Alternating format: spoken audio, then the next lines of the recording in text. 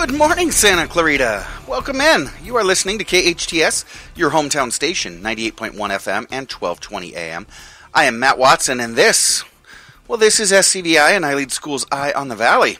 Y'all know our show, Eye on the Valley. We are brought to you, like I said, by SCVi and I Lead Schools. We are a network of free public charter schools. Yeah, people ask me all the time, how much does that charter school cost? We are free public charter schools with campuses in Castaic, Agua Dulce, Lancaster.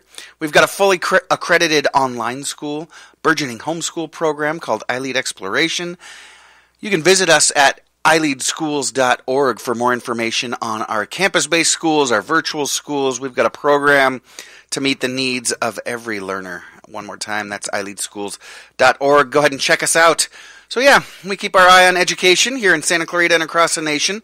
But as the show says, we also keep our eye on the Valley, bringing you everything that you need to know about what's happening right here in the Valley. And we try to do so while putting a smile on your face, because it's Friday, y'all.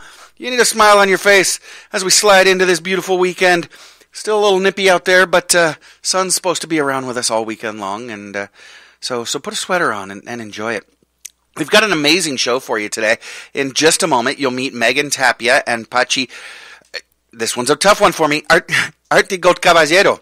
Pachi Artigotcaballero and Megan Tapia. They are two parts of the dual language immersion team at SCVi Charter School. They're teaching kids in English and in Spanish at SCVi and doing just a great job at it. I've been in their classrooms and it's just absolutely amazing. And in hour number 2 today, we've got Ivan Volshank from the Santa Clarita Valley Chamber of Commerce. The Chamber is celebrating its centennial year this year. That's right, 100 years old is our Chamber of Commerce. So Ivan will be in here to tell us about how they're celebrating and how you can join them in their celebration. And yeah, Big T is here. He'll be here. He'll join us at the end of the show with some fun facts and some trivia and a few jokes. Speaking of things that are 100 years old, Big T's got some old dad jokes with him, so we'll have some fun. It's going to be a great show. Stick around, won't you? So here we go. Like I said, my first guests today are teaching their young students all of the basic skills that they need to succeed and lead in the 21st century in English and in Spanish. That's right. I'm talking about SCVi's innovative dual language immersion program. Megan Tapia and Pachi Artigotcaballero teach kindergarten in both languages. They're part of the extensive dual language immersion program at SCVi. With a passion for teaching and learning and the skills to build tomorrow's leaders in a bilingual world, Miss Megan and Mr. Pachi work together to create a fun and rigorous classroom where their students are empowered to become all that they can be. Todo de lo que son capaces. Megan, Pachi, welcome to Eye on the Valley. Hello, thank you. Hi, good morning. It's good to have you both. So grateful that you're able to join us before school starts this morning. So before we get started on the dual language immersion program, I want to get to know the two of you just a little bit more, hear a little bit about your backgrounds. Now, Pachi, you come to us from a rather unique and interesting background. So let's start with you. Tell us a little bit about how you came to SCVi, because when we talk about your journey coming to our school, it really was a journey, wasn't it? Yeah, well, I'm from Spain, so I came this year to the States. I'm participating in an international program with the Department of Education, both from California and Spain. And yeah, I was a teacher there, and last year I decided to come here to explore, to learn. And yeah, it started we had a lot of interviews. It was a long process with a lot of people, and at the end we ended here in SCVi. Yeah, and like you said, it's an international program arranged between the governments of Spain and California. You mentioned that you taught in Spain. Pachi, I don't want to embarrass you, but when I talk about you and you have a couple of other colleagues that have come over with you, y'all are not just fantastic bilingual teachers. You're some of the best teachers, classroom teachers, I've ever seen in my career. How long did you teach in Spain, Pachi? This is my 7th year, so I was working for 6 years before. Okay, so you had a decent foundation in teaching in Spain, and then came over and joined us. Can you tell us a little bit about the program? What is this arrangement that the Spanish and Californian government has? Can you tell us about the program that brought you to to teach here in America?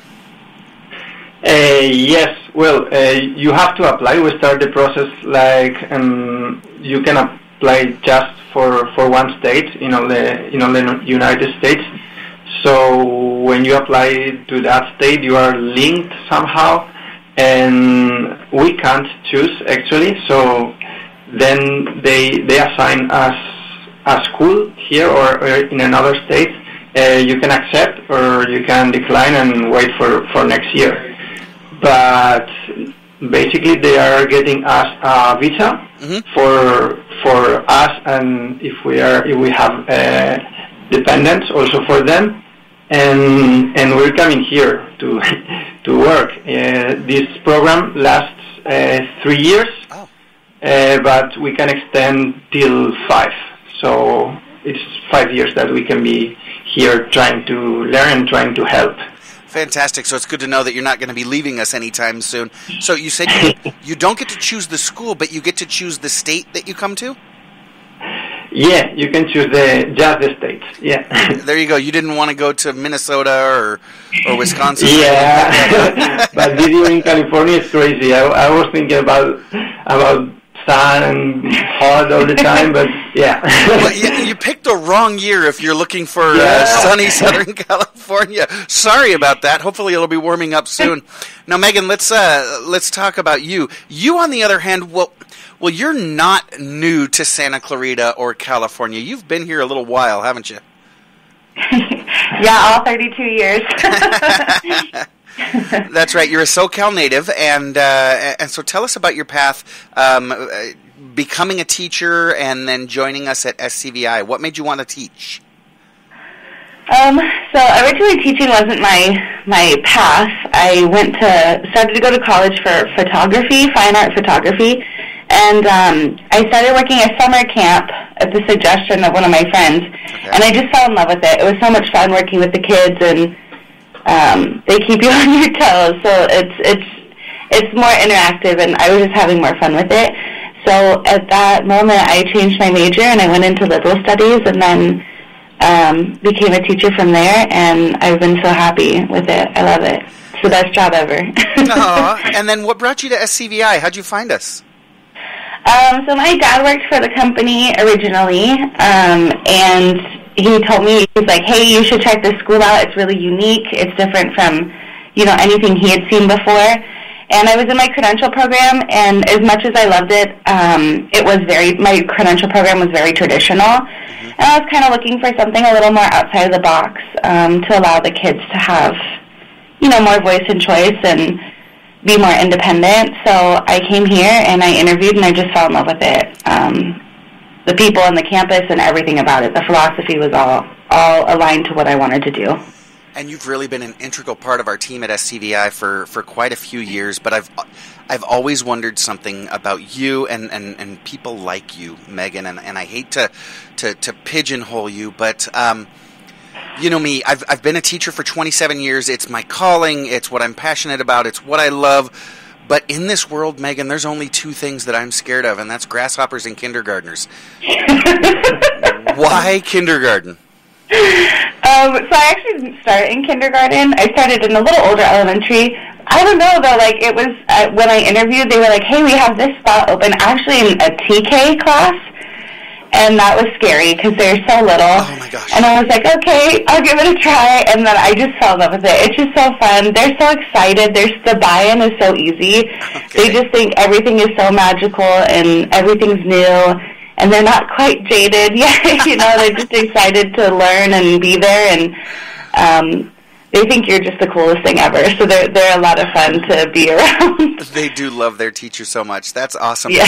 Now, Megan, you're not, and I would never use the phrase just a teacher, but you're not just a kindergarten teacher. Your role has evolved and expanded quite a bit this year. Tell us about everything else that you do. Yeah, so I started as an aide, and I love doing that. And then, I started moving up and did the whole Star Search thing, and I got hired as a teacher here. And then this last year, the current administration approached me about doing some of the administration stuff in the office, and I was extremely hesitant because, again, I feel like I'm the forever kindergarten teacher. I love it. So I wasn't sure about it, but coming into it, it's been a really great experience, and it's neat to see it from the other end because I've never really worked with the middle school and high school too much, so it was interesting to see that perspective as well. Not just the little ones. So it's been really neat, really cool experience. So you do kindergarten in the morning, and then you help out with administration in the afternoon, and yes, and boy, the admin team is just all the more better for it. So we're glad that you're able to do that. Megan, you mentioned that SCVi is different, and it's a unique experience, different from other schools. What would you say? Can you put your finger on it? What makes working at SCVi special or different? I think it's a combination of things. I think it's the staff. The staff we pull in is much different than at least staff I've seen at other schools, and then the kids too. It takes a certain type, very independent and ready to explore and curious, and they just want to kind of have this unique experience for them. But we also do project-based learning, which is unique in itself, where we get to kind of explore the curriculum through projects, not just through, having to follow the standards or a test or anything like that.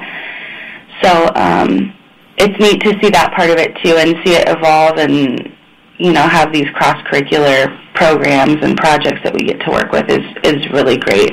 And the fact that we get so much freedom as teachers here to be able to teach the standards in the way that, that we want to, too, and not just following a textbook. Yeah, I think that was the one thing that I really fell in love with was that we did have the freedom as teachers to do what we know is right by each and every one of our unique kids. Now, we talk about how SCVi is different. Pachi, what about you? What are some of the differences that you're finding between the schools that you taught at in Spain and education here in the States or SCVi? What are the differences between your two work experiences now? Well, in Spain, I've been working in rural schools, so it's so different because there are like 10 kids in a classroom and they are from all different levels. But one of the main differences that I see is that here the kids have more hours of school than in Spain. So it means also more hours for teachers. And then that teachers usually work extra hours. So it means more extra hours. So at the end here it's like more work, and I think getting the same, because there we're working fewer hours with the kids, but then we like to, and we don't mind to work extra hours, but here it's like so much. So it's something that, it's more overwhelming that it's in Spain. But I think if you're a teacher, you can get with it. Yeah, that's interesting. That I didn't realize that. And you said you worked at a rural school where the ratio is a lot smaller. You worked with about 10 kids in Spain, huh? Yes, yes, and it also taught me to teach to different levels, because in that class I had learners from kinder to middle school. Oh wow! So, and they are all together in a classroom, so it's very interesting. So I really like to work with different levels, and I think for every teacher it should be an experience to live, to teach in different levels. Wow, a true multi-age experience. That's exciting. So how do you and Megan divide your time with your learners between English learning days, Spanish learning days? What does it look like? What's the child's experience in the classroom? When are they doing what, and in what language? Okay, so in our kinder class, Mondays and Wednesdays they are doing in English. They are doing all the areas in English. And Tuesdays and Thursday we used to review what they learned in English in Spanish. Okay. And basically it's like half and half. And then Fridays they have specials, and we try to do also like a bilingual morning meeting on Fridays. And we coordinate to teach the same, but in the different languages. Okay, and so let's talk about, your clientele, your students. Are these mostly students that spoke Spanish at home already when they came to you, or are these kids that are building Spanish as a second language? Is it a mix? What's the background of the students that you find coming into the dual language immersion program? Well, there are just a few students that they speak fluent Spanish. Okay. I'm a bit sad for that because I would like to have half of the classroom Spanish speaking and Sure. the other English. But yeah, there are like 2 or 3 that are fluent in Spanish, that they speak Spanish at home. And then there are a lot of them whose families are speaking Spanish, but I don't know why they don't speak Spanish to them.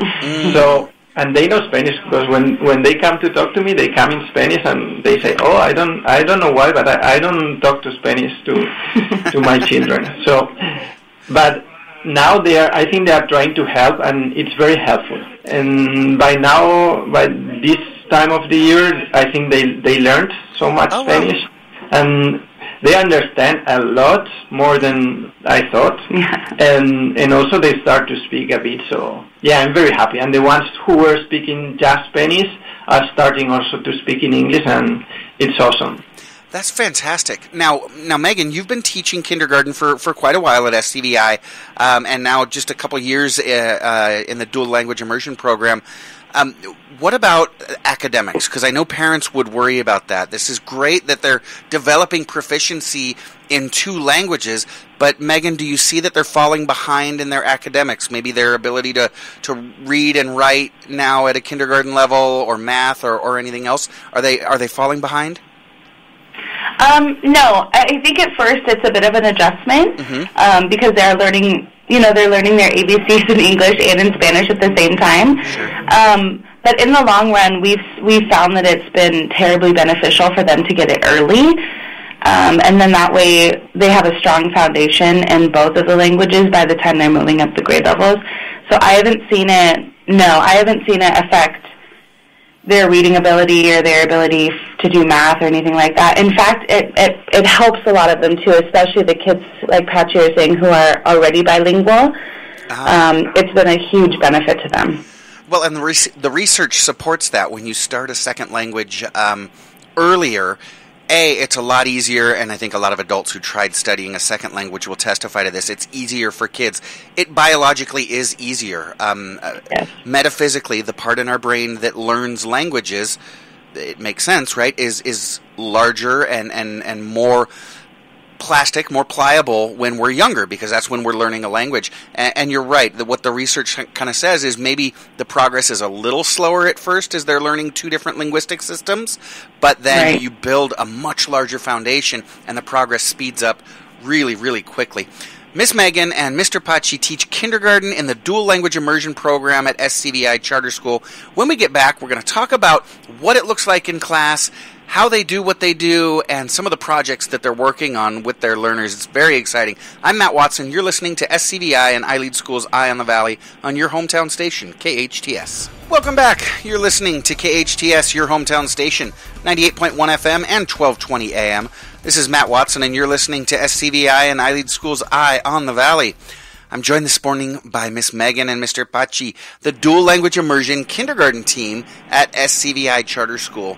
We were talking before the break about kind of how it breaks down, and they do 2 full days in English, and then they do 2 full days in Spanish, and then they do kind of a bit of a mix on Friday as they get what they call specials, the different, the art and physical education and music and things like that, really building a strong foundation for bilingual learners at SCVi. So, Megan, I do want to ask about, you mentioned project-based learning at SCVi and the approach that makes our school a bit different. Our school is founded on kind of that dual pillar of project-based learning and social-emotional learning. Why do you find that using those 2 approaches of project-based learning and social-emotional learning, why do you find that valuable? It teaches to the whole child, so we have, learners we're not just like a typical community school. We have learners from a lot of different backgrounds and families and dynamics and things like that. So I think it taps into the kids who might not thrive or enjoy a more traditional, pencil paper kind of environment. A lot of it's very hands-on, and they get to really be immersed in their learning, which I think is special for them, and they remember it for a long time, a lot longer than just reading it out of a book.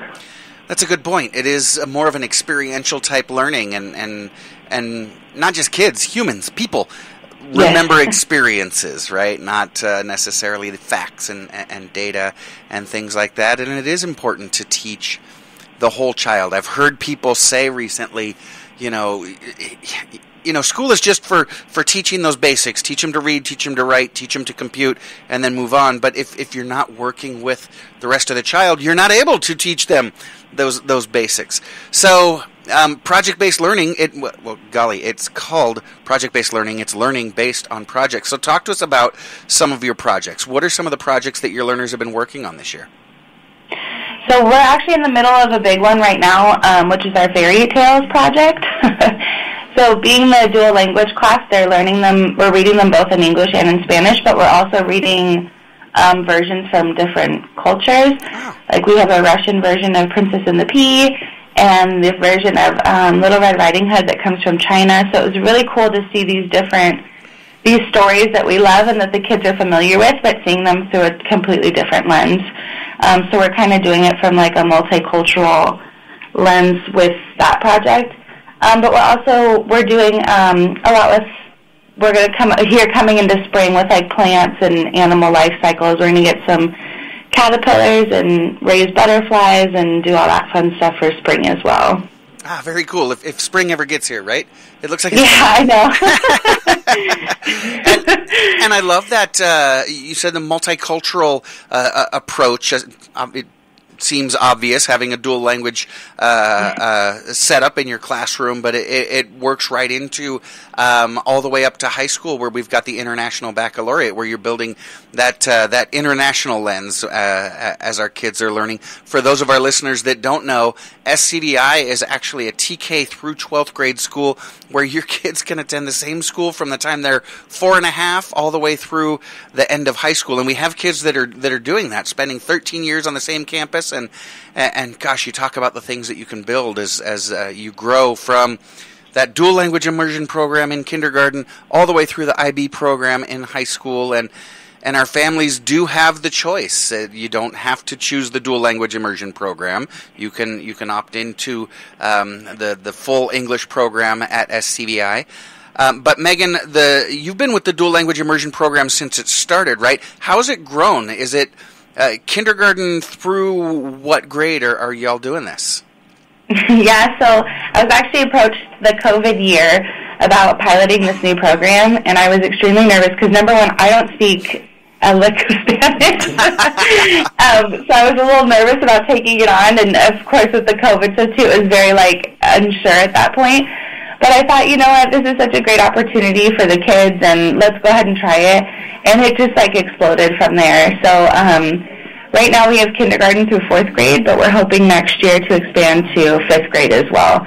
The hope is to get it all the way through 8th grade while they're here. Wow, that would be phenomenal. Gosh, you talk about not just having bilingual students, but at that point, they would be fully bilingual, biliterate. Kids would be writing, doing research, developing poetry, and everything that they do in a typical middle school in English and Spanish. That would be phenomenal, growing it all the way up. Now, Megan, you mentioned that you don't teach, or you don't speak a lick of Spanish.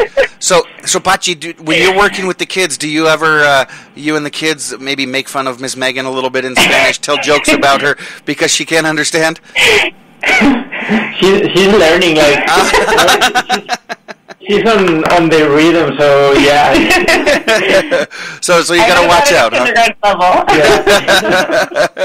Yeah. And then plus, when a bunch of 5-year-olds just turn around and start pointing at your nose and laughing, and then you know something's up. So, Pachi, I wanted to ask about your experience because this fascinates me. A while back in my own journey, I had the opportunity to do exactly what you're doing, move to another country where the language and culture are totally different, and live and work and experience a new culture. So I wanted to talk to you a little bit about that experience for you. because, as you said, you joined SCVi through a teacher exchange program that the state of California participates in, a lot of different states around the country, with your home country of Spain. So you're experiencing not only our school, you're experiencing our community this year. I think you live in Saugus. So how's your experience been? Are you enjoying it? Yeah, well, I like Santa Clarita because I come from a really small town in Spain, so it's not Los Angeles, it's not that crazy. But anyway, it was a cultural shock when I arrived here because, everything was like in the movies that we were watching in there, like big cars, everything, you have to pay for everything, and the food, like, it's difficult to find like healthier food or just it's full of fast food everywhere. And it was a cultural shock, but I like it, and I came here also for that, like to live that experience that you were talking about. That I think it's amazing to go in a different country because you always learn and you always appreciate also where you're coming from. So it's been good. It's amazing. What a beautiful perspective. You came expecting something very, very different, and you got it. You mentioned you've had some struggles, you enjoy some things, and at the same time you've learned to appreciate your own culture. So are there things that you miss? What do you miss from being home? Of course I miss my family, because also I think also I see here with Miss Megan that she has a strong relationship with the family. Yes. But yeah, it's the hardest part. What I miss the most is the family. I think also the food, also a bit the nature, because I live really close to nature there, and here it's a bit more difficult to get. But yeah, overall, what I miss most is the family. Yeah, I bet that was a struggle for me as well, and I know that you really enjoy being out in nature. Megan, you've got to take Pachi out on the weekends. We've got some beautiful trails that we can hike. Maybe take him for a hike up in Towsley Canyon. It's gorgeous up there.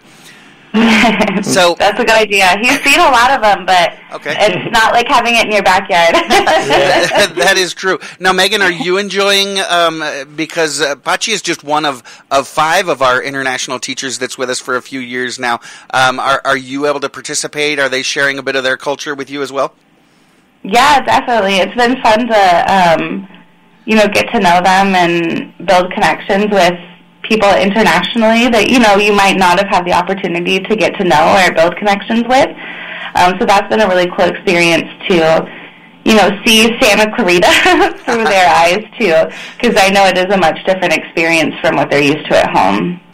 That's interesting. And so did you find yourself nodding and going, yeah, that's right, there is a fast food restaurant on every single corner in this town? Yes. Yeah, we have a Starbucks right down the street from SCVi, so. Yeah, that is true. That is true. So both of you are so close with your own families, and that's beautiful. So talking about families, SCVi really does bring a strong family feel to the school. So how can families who are interested, they're hearing about this amazing dual language immersion program that's now TK through 4th grade, extending into 5th grade this year, if they're interested in sending their child, it's enrollment season for next year, how can families enroll, Megan? So we have a website for ileadsantaclarita.org, and that will bring you directly to SCVi's website. And you can apply there. Actually, today is the last day to get in our lottery as well. Oh, wow. So that's exciting. We're excited to hear about all that and all our new families that come from that. And or you can call us here directly at the school at 661-705-4820. 705-4820, 661-705-4820. And Megan, you said that the website is ileadsantaclarita.org. But if you Google SCVi, which is short for Santa Clarita Valley International, SCVi, it's the first hit. We've got great search engine optimization. You can't miss us. Megan, I'm so glad you guys came on today. I didn't realize today was the last day for families to enroll for our lottery for next year. So if you're interested, get on ileadsantaclarita.org, click enroll now. For my listeners, I'm going to tell you a little bit of a secret. go ahead, click enroll now, get in the lottery, and then once you get your space, then you can decide. But go ahead and go to ileadsantaclarita.org, click enroll now, and you'll be able to take a tour maybe next week, and who knows, maybe you'll run into Miss Megan and Mr. Pachi in their dual language immersion class.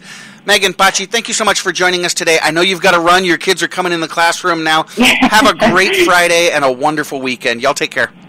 Thank you. Gracias. Bye-bye. Ms. Megan and Mr. Pachi, dual language immersion teachers at SCVi. Again, for more information on that and the many other amazing programs at SCVi where learners TK through 12th grade are growing into tomorrow's leaders, go to ileadsantaclarita.org today. It's got to be today if you're going to get into our enrollment lottery. So go ahead and check it out. Again, ileadsantaclarita.org. I am Matt Watson. You're listening to SCVi and iLead School's Eye on the Valley. We will be right back on your hometown station, KHTS. Welcome back. Welcome back. You are listening to KHTS, your hometown station, 98.1 FM and 1220 AM. This is Matt Watson. I am your host, and you are listening to SCVi and iLead School's Eye on the Valley. I just really enjoyed that last interview talking with Ms. Megan and Mr. Pachi from SCVi's dual immersion program. They're the kindergarten facilitators. We call them facilitators, but they are highly qualified, credentialed teachers. The reason we call them facilitators is because of the way they do things. They set the stage for learning and then clear the way for kids to move in and really just take command of their own learning. So yeah, we call them facilitators. And I just love that SCVi is building that dual language immersion program. Today, kindergarten through 4th grade, with the eyes on growing it all the way through 8th grade till kids get into high school. And man, just imagine how proficient those kids are going to be. But that's not the only amazing program that we've got at SCVi. SCVi is known for a lot of incredible things. I mentioned when we were talking to Megan and Pachi about the IB program, International Baccalaureate. For those of you that are not familiar with the International Baccalaureate, in high school it functions a bit like AP courses where they're weighted a little bit more. So if you take full IB courses, you have the opportunity to get a 5.0 GPA instead of a 4.0, and you can get college credit just like you can in AP courses.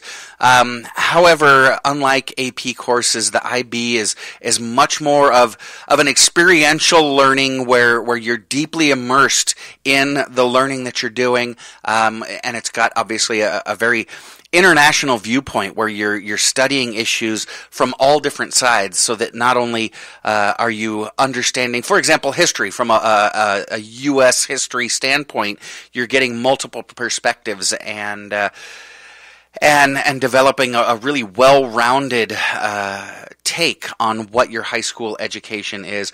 And kids that are in the full IB program, they actually take a class called Theory of Knowledge, which is incredible. It's probably one of the deepest high school classes I've ever sat in on, where basically the idea behind the entire semester is, as a human race, how do we know what we know? And then how do we know it? Yeah, man. Really, really deep. But it's an amazing program, and our kids that go through the IB program, they're finding that not only are they finding it actually pretty easy to get into their college of choice, because colleges really, really respect the IB program, but they're finding once they get there, they're finding a really smooth transition. And like I said, with those college credits, some of our kids are stepping into, halfway through their first year, even second year, starting college as sophomores. So, SCVi's got some amazing programs. Oh yeah, and kids are learning to fly right there on campus. I think we had our glider on campus just a couple of weeks ago, and that's really igniting us a lot of excitement. We've had quite a few kids get excited about that glider program they go through in 8th grade and go on to get their pilot's license. And we talked a few weeks ago about the Dream Up to Space program, where kids at SCVi are developing experiments that are being conducted on the International Space Station. Yeah, I know, blah, blah, blah, because when you were in elementary school, middle school, high school, you were sending your homework into space too, weren't you? Yeah, no, you weren't. So yeah, lots of fun things going on at SCVi. Check us out at either ileadschools.org or ileadsantaclarita.org for more information. But we're celebrating today. We're celebrating. In just a few minutes, we're going to be talking to Ivan Volshank from the Chamber of Commerce, who's celebrating their 100th anniversary. And it's not just the Chamber's 100th anniversary that we're celebrating the holidays. Because as I mentioned last week, this is the most wonderful time of the year. That's right. You didn't realize that Bing Crosby was singing about March. And actually, every day is a wonderful day to celebrate because every day is a holiday. Right? That's one of the things that I love about the holidays is we get several that we can celebrate every single day of the year. For example, today, did you realize that today is National Cheesesteak Day? Yeah, buddy. National Cheesesteak Day. First created in the 1930s by a hot dog vendor, Pat Oliveira. The cheesecake has become synonymous with the city of Philadelphia, as synonymous with Philadelphia as the Liberty Bell or sports fans assaulting Santa Claus. So melt yourself some cheap cheese over some of the worst cuts of meat ever slapped onto a hoagie and enjoy, because it's National Cheesesteak Day.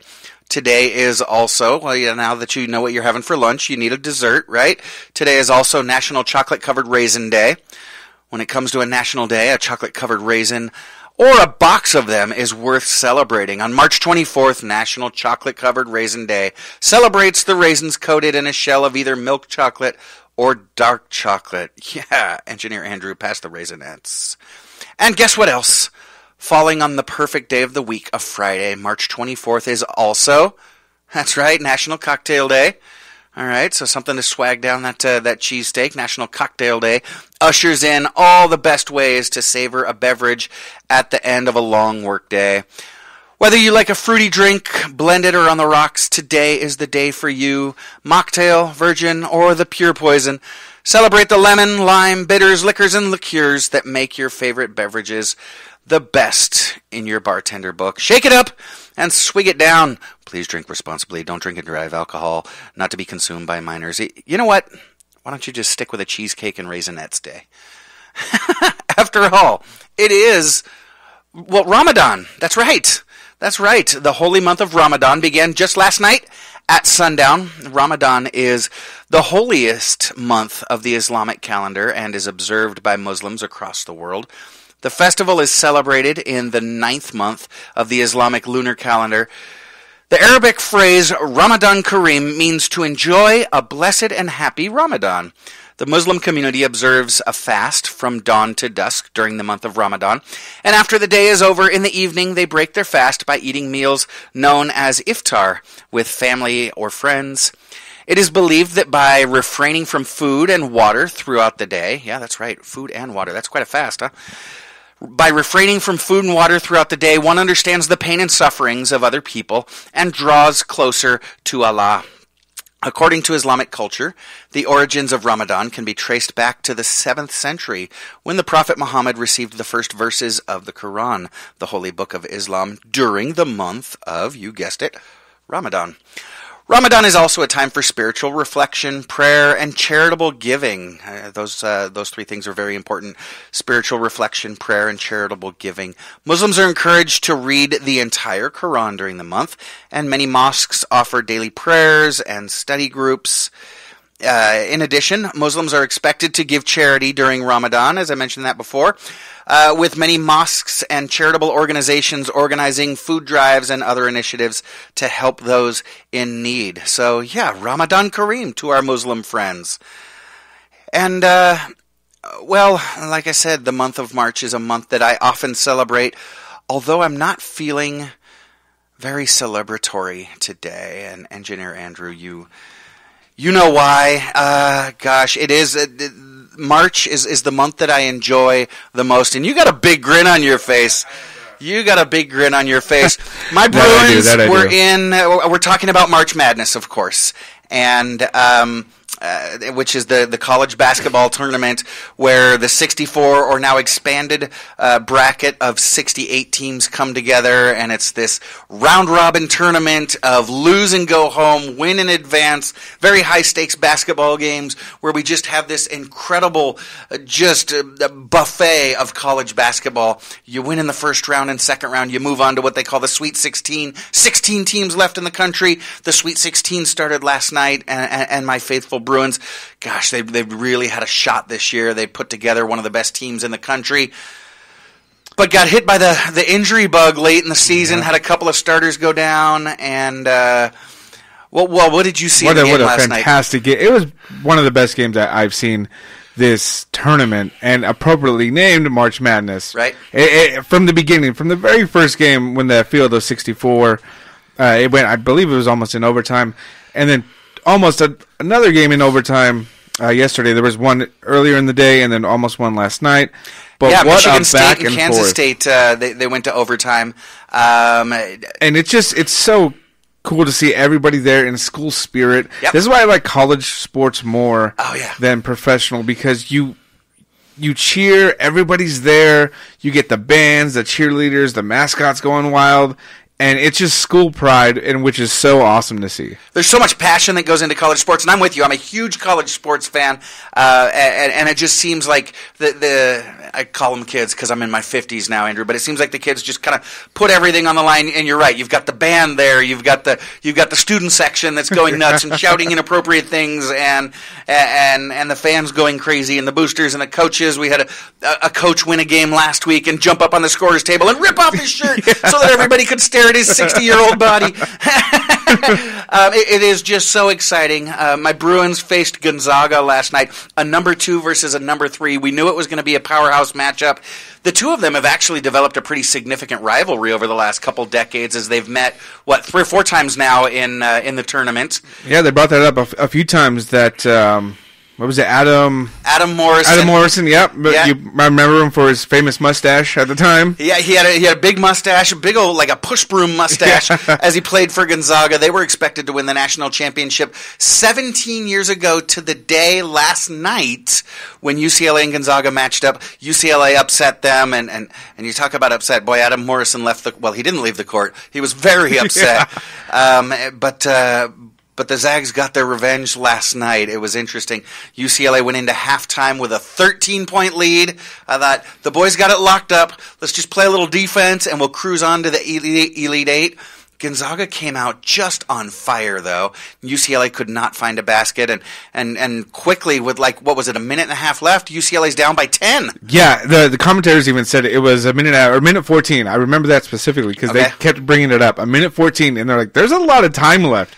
And I was already cheering, but saying, minute 14, you're down by 10. There's no way. Exactly. I was already cheering because obviously I'm a USC fan, and even though it's the Pac-12, I still like to see UCLA lose. I'm sorry.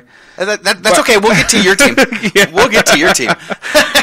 And then they came back. I'm like, no way, they're not going to do this. And everything lined up. Gonzaga was missing free throws that they needed to ice the game, and then UCLA hit big shots, hit and ones just to get an extra point there.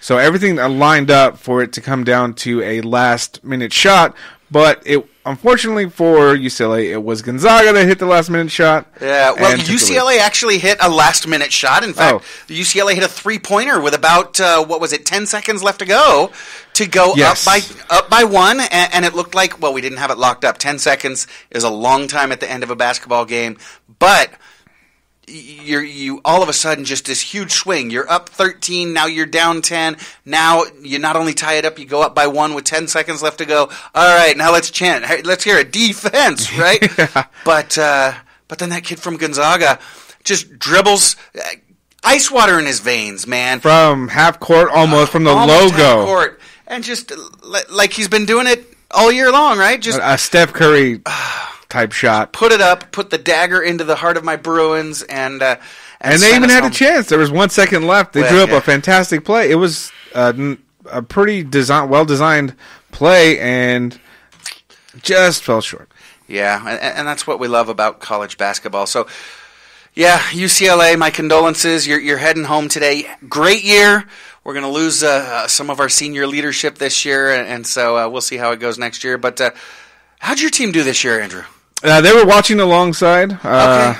On the TV, they didn't do that great. They didn't make it past the first round. But we made it to the tournament. So. There you go. There you go. Take your consolation prize. And so we're talking about the men's tournament, of course, but we can't neglect the women's tournament. The women are also in the midst of their March Madness. As a matter of fact, we got a Bruin team.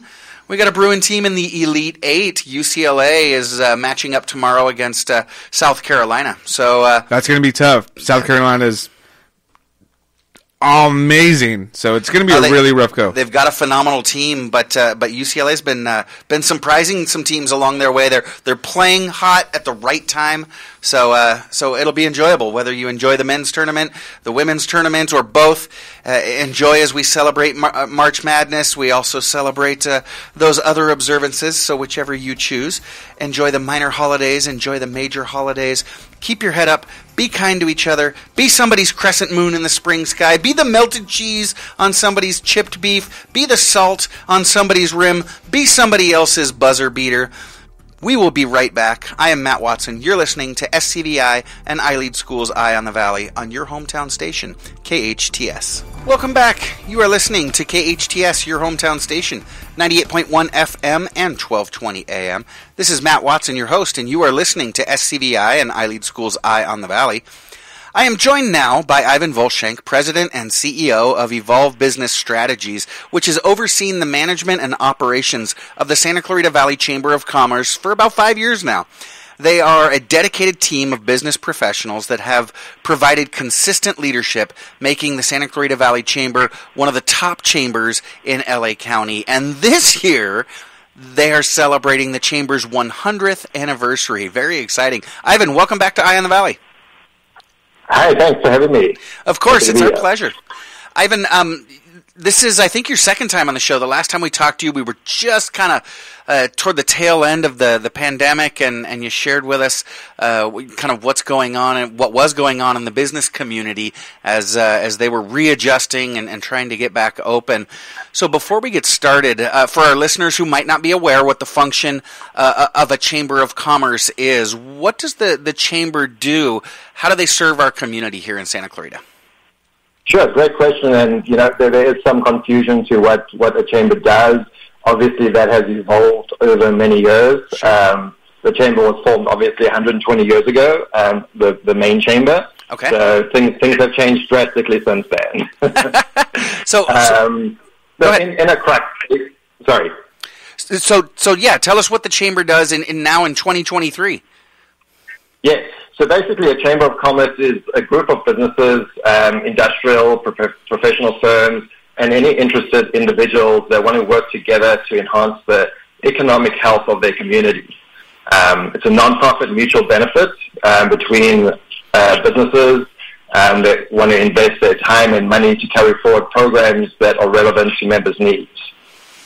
Okay. Basically, go ahead. Basically, the mission of the Chamber is to promote a favorable business climate for our community and membership, and work on issues that our community faces, and to provide business leadership for improvements of the economic, political, environment, and quality of life.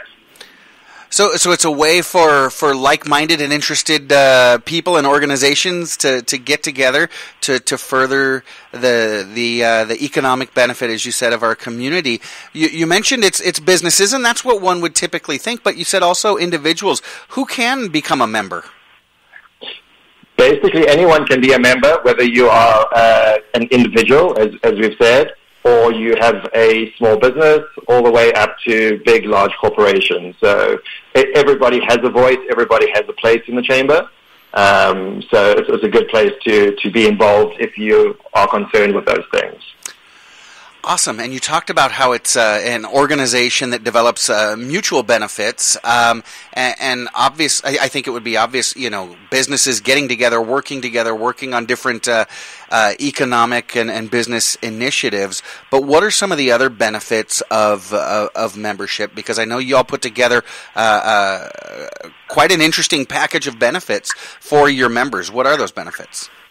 Yes, absolutely. So some of the benefits, obviously, is visibility. If you become a chamber member, you get on our online directory, as well as we do an annual printer directory that gets mailed to all the businesses. Mm-hmm. Many people and businesses actually phone or search the chamber's website to look for people who are members of the chamber. There's a certain trust and credibility that being a member of a chamber brings. A study actually conducted shows that if a consumer knows that a business is a member of a chamber, that business can benefit up to a 51% increase in consumer awareness, oh, wow. a 57% increase in local reputation, and a 63% increase in likelihood that consumers will patronize the business in the future. Wow. Some of the other things we do as well, we do education programming, we connect people, and advocacy is one of the big things that we do as well. Yeah. And then coming down to, cash discounts, all of that type of thing. Mm-hmm. We have discounts on Office Depot, Staples, KHTS advertising, as well as the Santa Clarita Valley Business Journal, and Signal advertising discounts for our members. Gosh. So if everything gets used, your membership more than pays for itself. Oh, yeah, absolutely. I mean, just the increase in business alone, right? You're just being a member is going to bring greater visibility and more business to your company. That is fantastic. Absolutely. And some of those benefits I don't think people would necessarily think of when thinking about joining the chamber. So definitely the benefits absolutely pay for themselves. Now, I talked about how our chamber here in Santa Clarita Valley is recognized as one of the best in LA County, and I've interacted with several different chambers around Southern California, and y'all really do have just an amazing organization. So, but what is it that makes our chamber unique, special? What is it that builds such an amazing chamber of commerce? Because I got to tell you, folks in and around town, well, you hear it, I'm sure, just rave about our chamber of commerce. What is it that makes you so unique and special? Well, thanks for that, and that's always good to hear as well. I think the main thing is our chamber is always looking to what our members need, evolving to the needs of what the community is. As we said, a chamber functioned 100 years ago, 50 years ago, and even pre-pandemic is completely different to what it is now. So it's just constantly looking to what is needed. We obviously have a fantastic community that we live, work, and play in as well, so that always makes up a great chamber. We can only be as good as what our members are. So, having that community is always a big thing as well. And then obviously creating unique things like our 401k plan just leads us more into what a modern chamber should be. And then also we, as the leading organization in the Santa Clarita Valley, we are the go-to when elected officials have questions on new bills being taken up.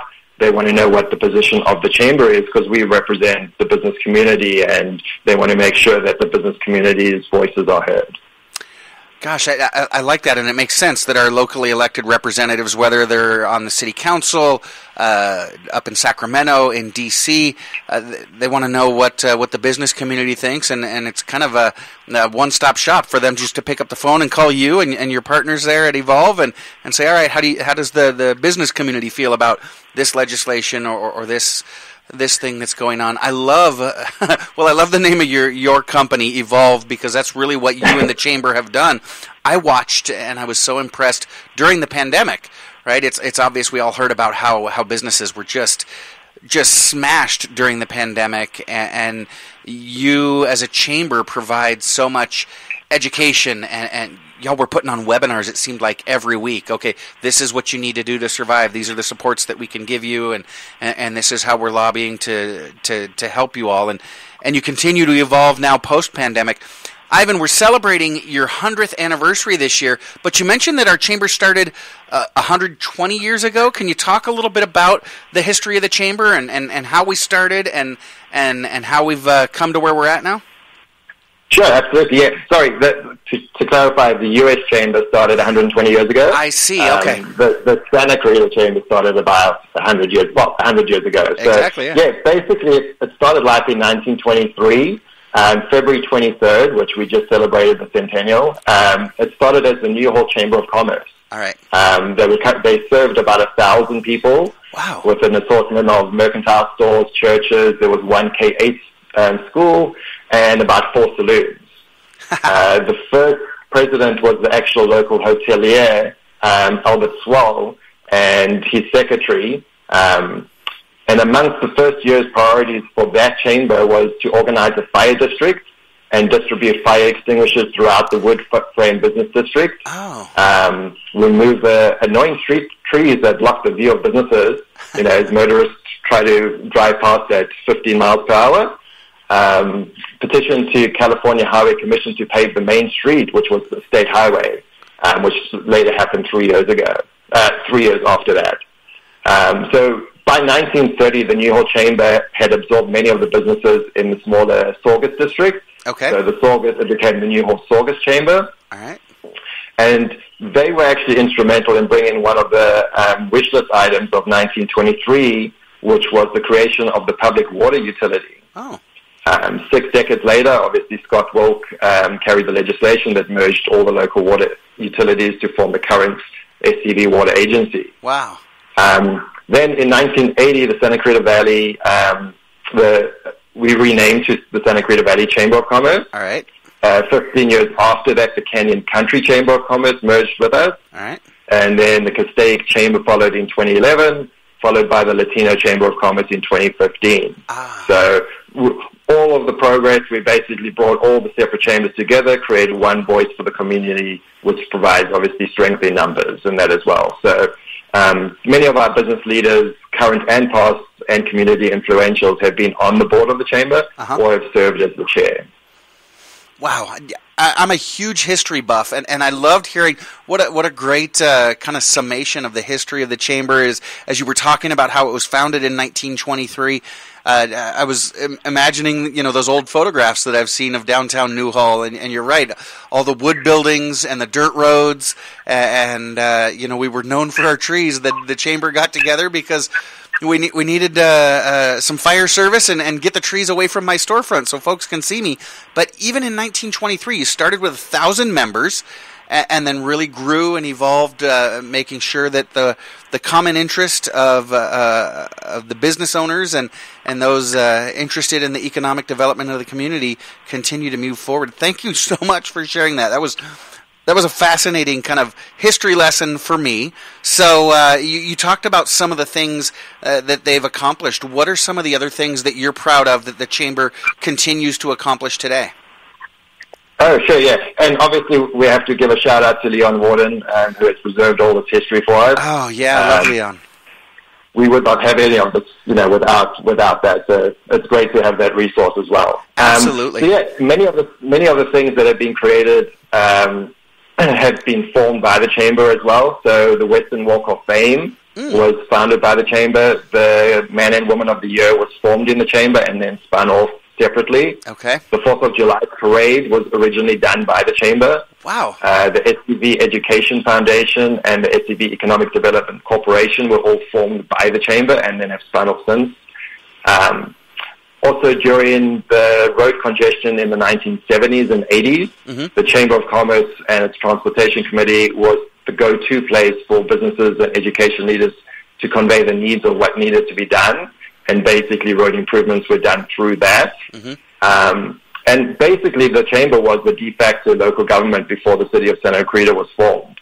And the Chamber was an initiative by Chamber leaders that were preparing for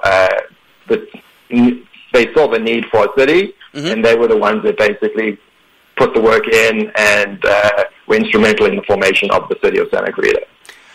Well, gosh, it seems like as you move around and live in the Santa Clarita Valley, just about everything that you see, experience, and get involved in was somehow either developed by or influenced by the Chamber. That's incredible. Y'all have been really influential, and as you mentioned, continue to evolve and meet the needs of the community. And you're celebrating your 100th anniversary. It's incredible that anything here in Santa Clarita is 100 years old, and your organization working to support the needs of our businesses here in Santa Clarita, celebrating your centennial. So what are y'all doing to celebrate? Great, yeah. So we actually had our centennial celebration on February 23rd, which was, as I said, the actual incorporation date. Thankfully, it was a Thursday. We normally do our celebration on a Friday, and the storm of the century hit on the Friday. Right. So thankfully to the founders, they saved us from the big storm so we could celebrate that.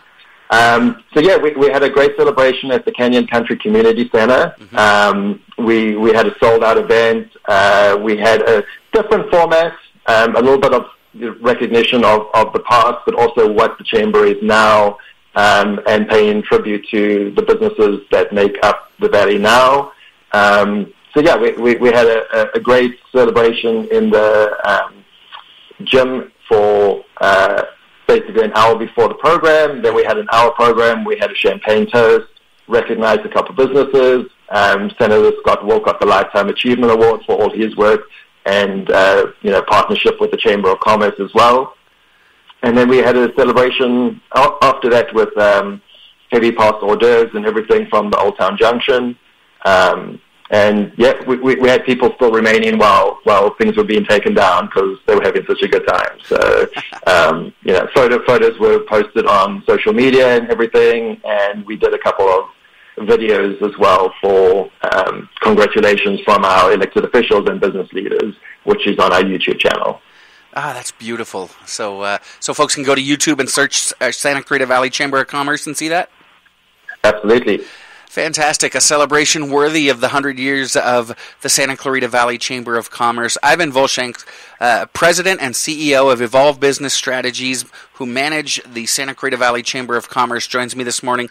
When we get back, some of the other events that the Chamber has coming up this spring, as well as programs that I bet you didn't know that the Chamber offers to business leaders and community members. I am Matt Watson, and you are listening to SCVi and iLead School's Eye on the Valley on your hometown station, KHTS. Welcome back. You're listening to KHTS, your hometown station, 98.1 FM and 1220 AM. This is SCVi and iLead School's Eye on the Valley, and I am your host, Matt Watson.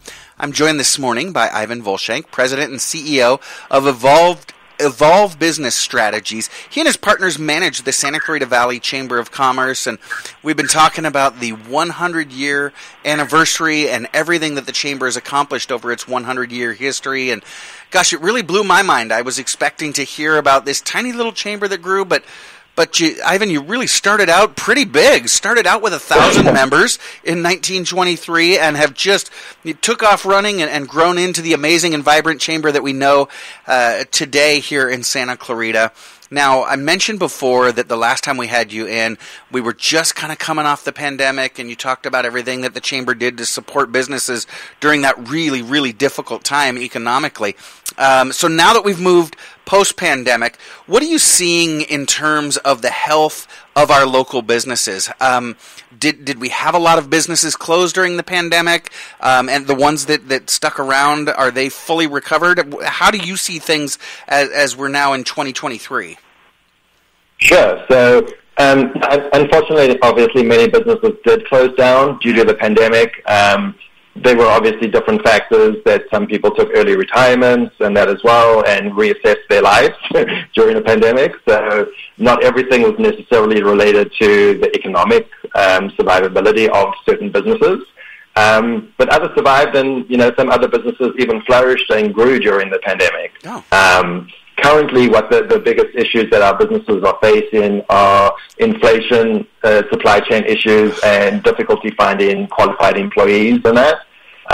But all in all, I think it's a much brighter outlook for all our businesses. Okay. And you talked about some of the advocacy and things like that the Chamber is involved in. And so businesses facing supply chain issues, inflation, difficulty hiring, are those things that the Chamber is able to help with? I mean, I know y'all can't directly affect and pass policies and things like that, but what are you doing in order to help educate and support businesses as they're dealing with these new difficulties? Yeah, absolutely. So obviously the biggest thing with some of those is our advocacy work, as you said, working with elected officials on what can be done to solve, supply chain issues, what can be done about inflation and all of that stuff. So it's being in constant contact with our elected reps who have the power to influence policy. That obviously is the biggest thing to impact those things. Okay. So you're celebrating your 100th anniversary. You mentioned the amazing event that you had back on February 23rd. What are some of the other events that the Chamber has coming up this spring? I know y'all keep very, very busy and constantly keep a bunch of different events on your calendar. So what is it that y'all have got going in the months to come? Absolutely, yes. So all our events can be found on the Chamber's website, which is scvchamber.com. Some of the highlights and events that are upcoming is we're going to be doing a webinar on the new waste hauling changes, which start July 1st. That's going to be next week. That will be with the City of Santa Clarita and Vertec Waste Industries. Go kind of over the organic waste and all of that stuff as well, any changes. That is open to the entire community, whether you're a member or non-member. Okay. So we encourage everybody to register for that and submit their questions in advance, because we know that's a big change coming up. Can you talk a little bit about those changes? I saw this on the calendar, and I thought, okay, the way we do waste management is changing a little bit, but what are some of the things that folks would look forward to during that event? So basically, finding out on the state-mandated organic waste, there's all new changes for that, so they're going to go through that. Those have to be implemented by cities and areas by a certain time. So the City of Santa Clarita has implemented theirs by July 1st. And with that has come a new contract that Vertec Waste Industries was awarded to be the waste hauler for the entire Santa Clarita Valley. City of Santa Clarita, sorry, not the Valley. Okay, so folks need to figure out what they need to do to be compliant with these new regulations. All right, so exactly. What else have you got going on? The webinar will go through, what's required and all of that stuff, the changes. We're going to get new waste bins, what each color means, all of that stuff. So big changes coming. Big changes to come for that, yes. All right. And then we have our monthly mixes, which obviously are part of our celebration throughout the entire year as well. So our next business after hours mix is going to be in April at College of the Canyons. Mm-hmm.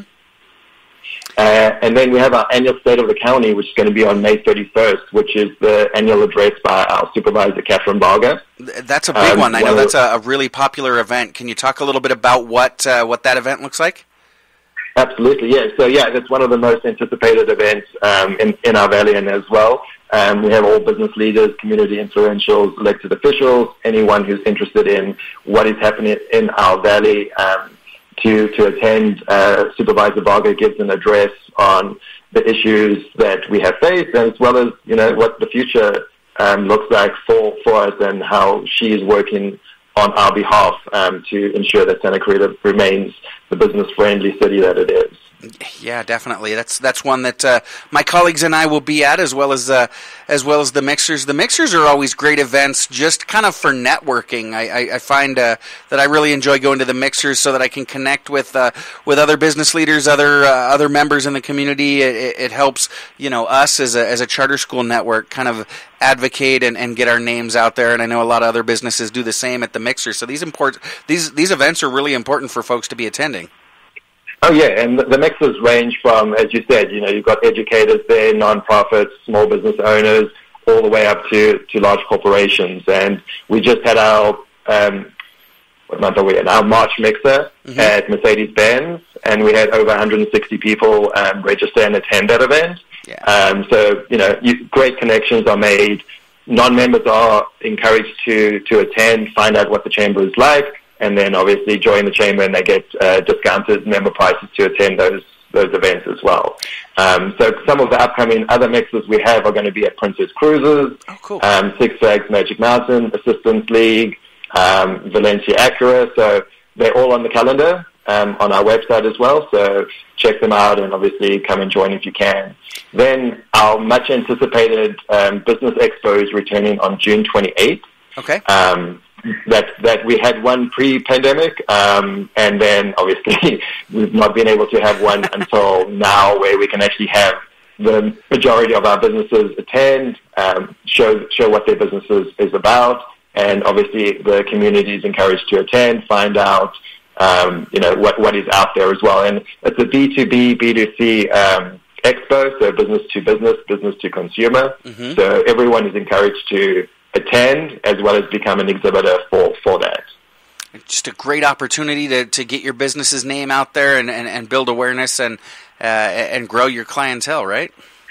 Absolutely, yeah. Make new connections and just, get your name out there. Absolutely. You guys are providing so many things, from education to opportunities to interact with other businesses and interact with the community. Like you said, you guys continue to grow to meet the needs of businesses in the community here in Santa Clarita Valley. You mentioned before we took a break, Ivan, y'all offer a 401k program. Can you tell us a little bit about the 401k program that you offer to local businesses? Yeah, no, absolutely. So if everyone's not aware, California implemented a mandatory retirement act, which states that any employers need to provide a retirement plan or sign up to the state's mandated retirement plan called CalSavers. So the deadlines for that have passed for businesses who have 5 or more employees last June. All right. And by December 31st, 2025, every employer with 1 or more employees needs to provide a retirement plan. Wow. So the Chamber's seen this as a critical concern for businesses. We worked with our partners at LBW Insurance and Financial Services and Lincoln Financial Group, and we created what's called a MEAP, a Multiple Employer Aggregation Plan. And the purpose of the MEAP is to save employers from the important administrative, record-keeping, and fiduciary services that these plans involve, and provides a cost-effective solution to, having one for yourself or going your own route and that as well. So again, it's a community coming together. Everybody joins this group, and the community benefits from that. So we can provide, obviously, more information to people who are interested or want to find out more or sign up to that. And again, on your website, scvchamber.com, folks can find out more about that. Such an amazing program because, if you've got 1, 2, 3 employees, the requirement to offer them a retirement program can be expensive and then has this opposite effect of causing you to maybe need to lose one of those employees. And so you all step in, kind of fill that gap for small businesses or even large businesses. And then on top of that, provide that service for the business owner themselves who isn't always able to build their own retirement. That's phenomenal. Now, you also talked about the Latino Chamber of Commerce. You all support several different councils within the Chamber of Commerce. I'm looking, you've got the Government Affairs Council, the Latino Business Alliance, the Black Business Council, etc. What are the functions of these different councils and what benefit are they to the specific sectors of the community? Sure. So while the Chamber as a whole provides services, education, network opportunities to the entire community, our councils are more focused on the specific target group or purpose. So whether it be our Small Business Council, our Latino, Black, or API Business Councils, we've got a Young Professional Council, a Nonprofit Council, and then, as you said, our Government Affairs Council. So they create spaces specific to those groups to discuss issues that they face or specific to their industry. So, for example, our Black Business Council is hosting an event next week on how to get certified for minority business enterprise accreditation. Important stuff, obviously, for many of our Black businesses and previously disadvantaged people that will be able to apply get this accreditation, and that opens doors for them in multiple ways. So just, again, informing people on what is out there, what they can get as well. And then our Government Affairs Council meets once a month with representatives from the city, county, state, and federal elected reps to discuss any matters related to policy, new laws, or issues that our businesses are facing. And all our members are welcome to attend that and help us drive, obviously, what our advocacy work is. Wow, there's a lot of businesses, a lot of organizations that say they have something for everyone. Y'all have multiple somethings for everyone, it seems like. You're just supporting, educating, advocating, and doing so much for everybody in our community. And that's not all. Ivan, you and your team keep very busy. You and the team at Evolve Business Strategies manage the chamber, but you do a lot more than that. Can you tell our listeners about Evolve? What else do you do besides manage the Santa Clarita Valley Chamber of Commerce? Sure. Yeah, so Evolve Business Strategies is a full management company. So we obviously have taken on the full management of the Santa Clarita Valley Chamber, as you said, 5 years ago now. Yeah. We do have a couple of other nonprofits that we manage fully as well. But what we can do as well is we can do just certain aspects of a company as well. So instead of you having to hire a full-time person, you hire Evolve Business Strategies that will be able to do from financial to public affairs, marketing, all of those things for your business. Fantastic. And we mentioned the Chamber's website. How can folks contact Evolve if they want some support in managing their business? The best way would be to email me directly. And my email is Ivan@evolvebizstra.com. STRAT.com. So Ivan at Biz Strategies? So Evolve, Evolve, BIZSTRAT.com. There we go. So you're doing a lot of different things to benefit businesses, also managing the Chamber of Commerce. You mentioned several of the different events that you've got coming up this spring. Anything else that you wanted to mention to our listeners before you need to go? No, I think we've covered a lot, obviously. Yeah, we have. It's always good to let people know what the Chamber is and why we have such a great community is, in part to what the Chamber was and continues to do for our valley. Absolutely, offering so much, not just for the businesses, but anybody interested in furthering the economic well-being of our community and the surrounding area. Ivan, I want to thank you so much for joining us this morning. Again, Santa Clarita Valley Chamber of Commerce celebrating its 100th anniversary. Gosh, it's incredible. Hard to believe, but you guys have accomplished so much, and you're also doing the same for other businesses with Evolve Business Strategies. Thank you so much for joining us this morning, and thank you for helping create one of the best business environments in America right here in Santa Clarita. Ivan, you have a wonderful weekend. Thanks for having us. Absolutely. This is SCVi, and I lead School's Eye on the Valley. I want you to stick around because Big T's about to swing, and we're about to have a lot of fun. It's Big T's 5 Minutes of Fame. I am Matt Watson, and this is your hometown station, KHTS. Welcome back. You're listening to KHTS, your hometown station, 98.1 FM and 1220 AM. This is SCVi, and I lead School's Eye on the Valley. I am your host, Matt Watson. And we've had a really good show today. Enjoyed talking to Pachi and Megan from Santa Clarita Valley International Charter School. You might know it as SCVi. They developed the dual language immersion program out there at SCVi that now runs kindergarten through 4th grade, growing all the way through middle school here real soon. Amazing things going on at SCVi Charter School. And then we spoke with Ivan Volshank from Evolve Business Strategies, who manage the Santa Clarita Valley Chamber of Commerce celebrating 100 years. It's been a great show, and add on top of it now, it is time for Big T's 5 Minutes of Fame. Y'all know Big T. Big T is a longtime resident and leader in the Santa Clarita Valley. He's an executive and a philanthropist. He's an amazing father, husband, and community leader, and he is the reason that this spring has been so dreary. Here he is, everybody. He's Mom's favorite. Big T, welcome to the show. That's a lot of credit. Thank you. Yeah, no problem. Although the sunshine is coming out. The sunshine is coming out. It's a beautiful day outside. Tony, are you out of town today? I'm north San Fernando Valley. Oh, North San Fernando Valley. All right. Very cool. Hey, can you see Magic Mountain? Yeah, it's right over there. All right. Very cool. Hey, Big T, we got engineer Andrew in the studio today. He's going to play with us. Good morning, Andrew. Good morning. Andrew was talking a little bit of smack. Apparently, he was a little happy that our Bruins lost last night, Tony. That doesn't surprise me.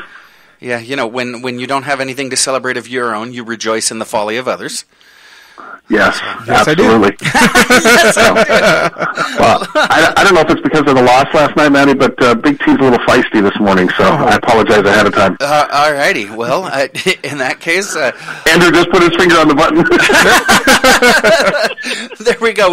We've got this sign here in the studio that's a reminder to our on-air guests. Please do not say anything inappropriate, Big T. It's the FCC gets mad at us when you get feisty sometimes. All right, so Big T doesn't cuss on or off the air, so you don't have to worry about that. You're right. In observance of Ramadan. So I'm going to explain the rules to everybody. Big T has got some trivia questions for us. He's going to throw them out. Andrew and I have got our hands on the buzzer. Our buzzer is our name. We're going to shout out our name when we know the answer. But you listening at home or in your car are at a significant advantage because you don't have to hit your buzzer. Just call out the answer when you got it. You keep score on your own at home. I will keep score here in the studio. It's Frogger and Andrew. Big T, here we go. Alrighty, so a little bit of a fun fact. Frogger, you get to relish in this all the time. Big T has these thoughts going through his head, and so I'll pick up the phone and call you, and you'll just kind of either listen or talk me down. But, in 1950, the population of Los Angeles was about 4 million people. Now we're up to about 12 million people. Okay. In 1950, the California population was about 10 million people. Now we're up just under 40. Uh-huh. But we haven't built a new cemetery in Los Angeles since the 50s. Where are they putting all these people? Yeah. You know, in 2019 to 2040, there's an expected 30,000 baby boomers to, quote-unquote, leave us annually. Where are we going to put them all? The bottom of Lake Tahoe. No, come on now. Well, I hear there's already a lot of people down there. Inappropriate. Man, that's already full. Right? All right, got a little bit of sports trivia for Papa, and got a little bit of food trivia because the three of us, we certainly know our way around a buffet, if you know what I mean. Yes. So, first question: John Wooden won 11 titles at UCLA. Who's the only other coach to win a men's title for UCLA? Frogger. Jim Herrick. Jim Herrick is correct. 1995. In 1996, Jim Herrick was fired, and assistants Mark Gottfried and Lorenzo Romar left the program. Which snitch assistant took over as head coach? Frogger. Steve Lavin. Steve Lavin is correct. Who's the only coach to win? Go ahead.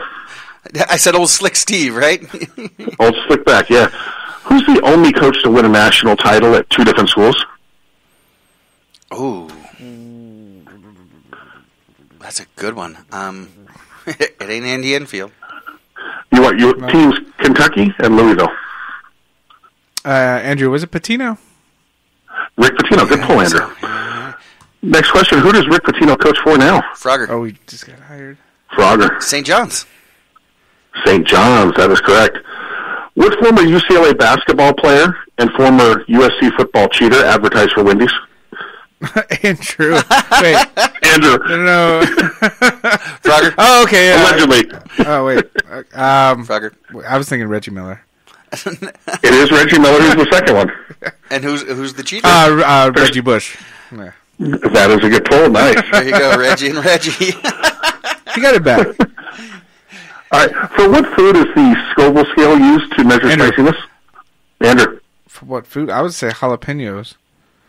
We'll give that to you. Chili peppers. We'll give it to him. Now, Andrew snuck something in there before that last question. You said he got it back. Reggie Bush got his Heisman Trophy back? No, but the charges that went away and kind of, so. I see. Maybe after the so show. he wasn't cheating. Maybe after the show, we'll make him a Heisman out of Play-Doh or something like that. Yeah, he gets it. So he wasn't cheating. No, he was not. Andrew also believes that when you get out of jail, you no longer did the crime. Okay. Correct. Retired in 2020, its Finger Looking Good campaign Frogger. was used for, go ahead. KFC. KFC is correct. We know what fast food's here at Annabelle. The slogan for this chain for 50 years. Some of the folks like the full question. Okay. One of Andy Warhol's most famous artworks is a set of 32 canvases of red and white cans of soup. From what company? Andrew. Andrew. Campbell's. Campbell Soup is correct. I was ready for spam. Yep. Outside of its home city, the St. Louis Bread Company is more popularly known as what chain restaurant? Bread. Frogger. Panera. Oh. Panera is correct. Okay. Bread. What kind of fish is lox? Andrew. Andrew. Salmon? Sam is correct. I was going gefilte fish. Gefilte fish. I hardly knew it.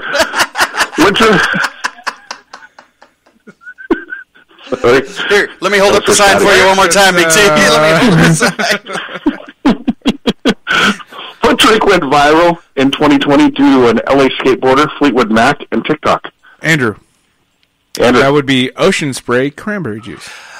That is correct. Right, that dude on his skateboard. That was dope. That was a dope commercial. That was really smooth. Yeah. What large fruit was cultivated for hundreds of years simply for hydration purposes rather than food? Frogger. I believe that would be watermelon. Watermelon, yes. Mm-hmm. What popular condiment would you use as a base for remoulade or tartar sauce? Frogger. Mayonnaise is correct. Mayonnaise, a lot of questions that we're answering today, Andrew. Hey. What's the only fruit with seeds on the outside? Frogger. Drew? Frogger. Strawberries. Strawberries, correct. Yeah, I learned that one teaching third grade. So and tell, was it? Well, no, we talk about foods that we eat. Different plants. We eat the stem, we eat the root, we eat the seeds. And strawberries was. Yeah, now, can you eat the stem on the strawberry? No, but it's different. Celery, we eat the stem. Oh, okay. I mean, Right? technically, Carrots, you can eat whatever you want, Andrew. Yeah. Right. Yeah. He's right. You can Like eat the bark, you can eat the leaves. Any book is a kid's book if the kid can read. There you go. There we go. All right. What dessert has a custard base topped with a hardened caramelized sugar? Frogger. Creme brulee. Creme brulee is correct. You gotta love a dessert that's served with a blowtorch. Right. Yeah. Careful now. That's my jam, yo. Right? What is the type of fruit and cheese that's part of a caprese salad? Frogger. Tomato and mozzarella. That is correct. Tomato is a fruit, actually. See? Are we sure about that? You see what I did there? Yes, I am, sir. All right. Look it up, Pally. Or call the senator and have him file a protest. Right. There we go. Still a little upset. Typically only known for his title and last name, which famous cereal mascot technically has the Horatio Magellan as his first of middle names? Frogger. I'm going Captain Crunch. Captain Crunch is correct. Oh, I heard is an apple. Yes. What larger variant of banana is frequently used for cooking? Andrew. Andrew. The plantain? There you go. Yes, also my jam. You smashed Horseradish was first commercially packaged and sold by what Pittsburgh-based company? Andrew. Heinz. Heinz is correct. Nice pull. What staple of Korean cuisine is made of salted and fermented vegetables? Andrew. That'd be kimchi? Kimchi's correct. Nice. Ooh. Catching up. What casual steakhouse chain has its corporate headquarters in Louisville, Kentucky, despite having the Lone Star State in its name? Andrew. Andrew. The Texas Roadhouse. Texas Roadhouse is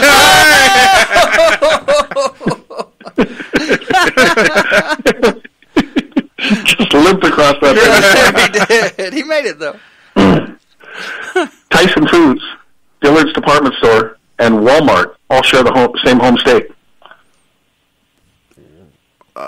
Frogger. Arkansas is correct. Wow. There you go. The traditional recipe, there can't be much else there, right? Right. Get some If you don't work at one of those three places, you're from out of town. You're from out of town. The traditional recipe for pound cake includes 1 pound each of 4 ingredients: flour, sugar, butter, and what? Frogger. Milk. Incorrect. Eggs. Andrew, you got anything? Eggs is correct. Nice pull. Oh, a pound of eggs? There you go. Yes. No, it cost $1 million. Holy moly. So you got 4 pounds of ingredients in a pound cake. Why is it so light and fluffy? It's not light and fluffy. You're thinking of Nana's sponge cake. Okay. Or sherry wine cake. Sorry, Nana. What stress really has poses like facing dog, Andrew. forward fold, Andrew. Yoga.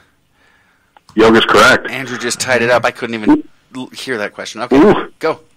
One indicator of COVID is anosmia. What impairment is anosmia? Frogger. I can't smell it. Loss of smell, that's correct. There we go. One more question. Andrew, you got time to tie it up. All right. What loud noise disrupted the night before Christmas? Frogger. Ooh, I got Frogger first. I think it was a crash. Incorrect. Andrew. Was it a clatter? A clatter, such a clatter. Oh, wow. Andrew for the win at the buzzer. Just like Gonzaga last night from way downtown. Don't wow, bring see, it I didn't up. bring that up. And with that, we do have to wrap the show. Good job, Andrew, pulling it out at the end. Big T, thanks for swinging by. We appreciate you. We also want to give our appreciation to our guests, Miss Megan and Mr. Pachi, the dual language immersion teachers at SCVi Charter School. Ivan Volshank with the SCV Chamber of Commerce. Producer Sarah, Engineer Andrew, Big T, and thank you for listening. Remember, life is hard, but we're all here to help each other along. Be well and do good. Join us again next week and every Friday, 8 to 10 a.m. I am Matt Watson, and this is SCVi, and I lead Schools Eye on the Valley on your hometown station, KHTS.